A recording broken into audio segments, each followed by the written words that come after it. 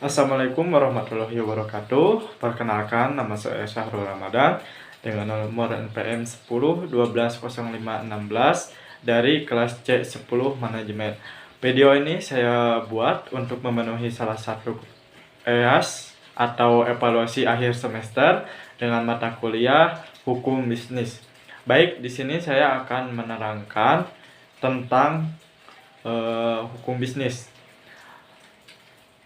Di sini ada hukum adalah sistem aturan yang ditetapkan oleh pemerintah atau otoritas yang mengatur perilaku masyarakat dan memberikan kerangka kerja untuk menyelesaikan konflik. Ini mencakup norma-norma yang diterapkan dan sanksi bagi pelanggarnya. Di sini ada bisnis. Bisnis adalah kegiatan ekonomi yang dilakukan untuk mendapatkan keuntungan dengan memproduksi, menjual, atau memperdagangkan barang atau jasa. Ini melibatkan berbagai aspek, termasuk manajemen, pemasaran, keuangan, dan operasional untuk mencapai tujuan ekonomis. Lanjut, hukum bisnis mencakup aturan dan regulasi yang mengatur kegiatan bisnis, termasuk kontrak, tanggung jawab, hukum perusahaan, hak konsumen, dan hal-hal terkait lainnya. Untuk memastikan operasi bisnis dilakukan secara adil dan sesuai dengan hukum.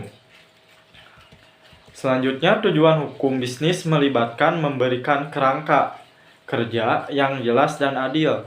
Untuk kegiatan bisnis, ini mencakup perlindungan hak-hak konsumen, mengatur persaingan yang sehat, menegakkan kontrak, dan memberikan dasar hukum bagi tanggung jawab perusahaan.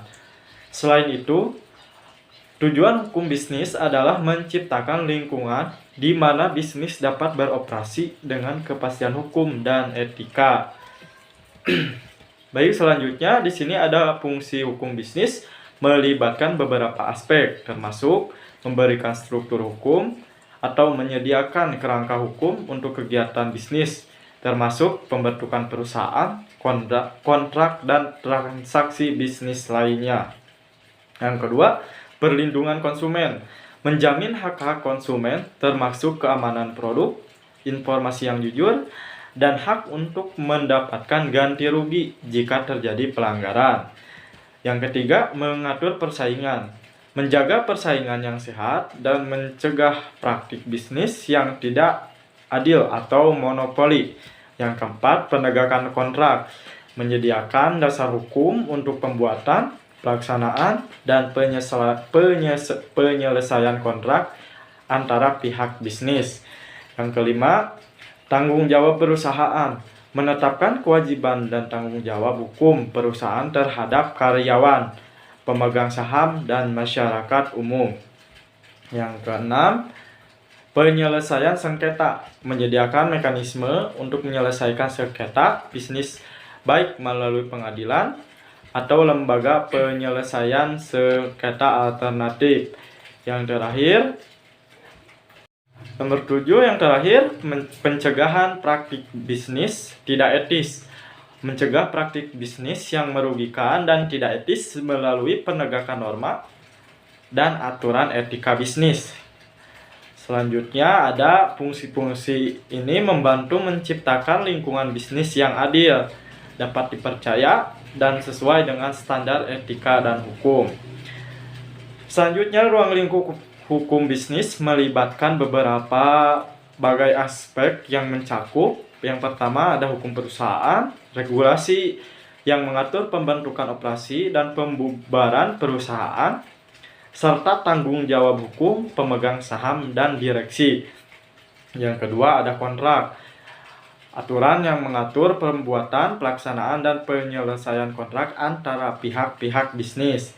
Yang ketiga, hukum properti intelektual, perlindungan hukum terhadap hak cipta, paten, merek dagang, dan informasi bisnis rahasia. Yang ketiga, ada hukum konsumen, perlindungan terhadap hukum konsumen termasuk hak konsumen, keamanan produk, dan praktik bisnis yang tidak adil. Yang kelima, Hukum persaingan mengatur persaingan bisnis dan mencegah praktik monopoli atau kartel. Yang keenam, hukum ketenaga kerjaan atau menetapkan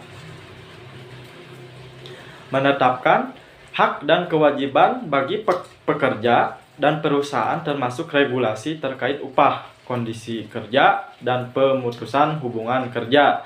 Selanjutnya, hukum keuangan.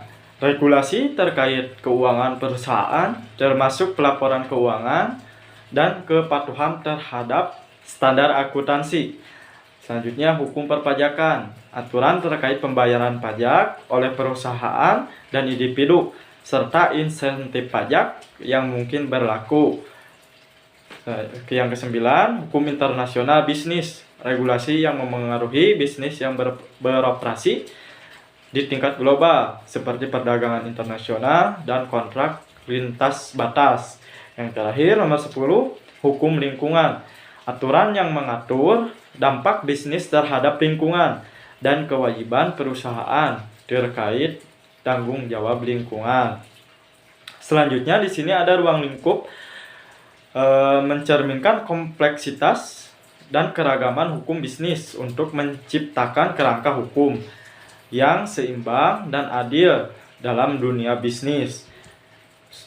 Selanjutnya ada sumber-sumber hukum bisnis dapat berasal dari berbagai dokumen dan otoritas hukum.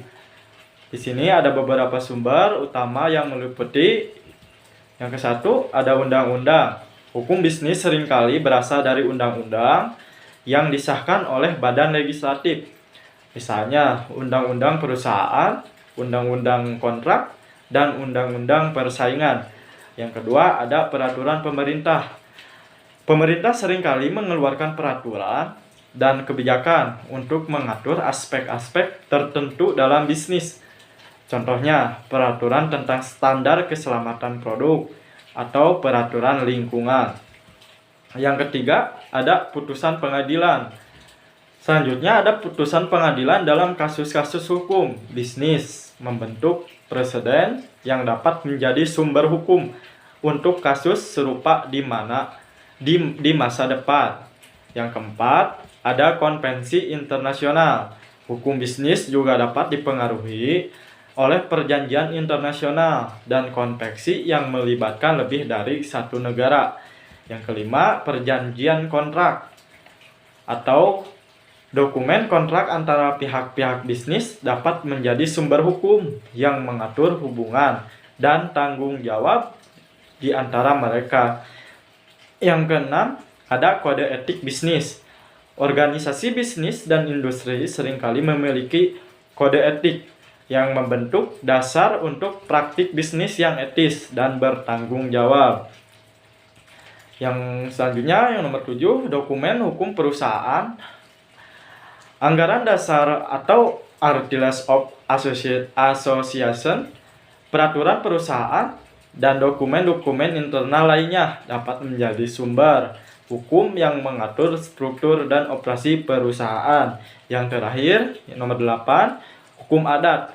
Di beberapa kasus, norma dan tradisi lokal dapat menjadi faktor dalam menentukan bagaimana hukum bisnis diterapkan dalam suatu daerah atau komunitas. Nah, sumber-sumber ini bersama-sama membentuk kerangka hukum yang mengatur bisnis, memastikan bahwa kegiatan tersebut berlangsung sesuai dengan standar etika dan hukum yang berlaku. Untuk pemaparan materi dari hukum bisnis ini dicukupkan sekian. Mudah-mudahan ada ilmu yang bermanfaat. Wabillahi taufiq wal hidayah. Wassalamualaikum warahmatullahi wabarakatuh.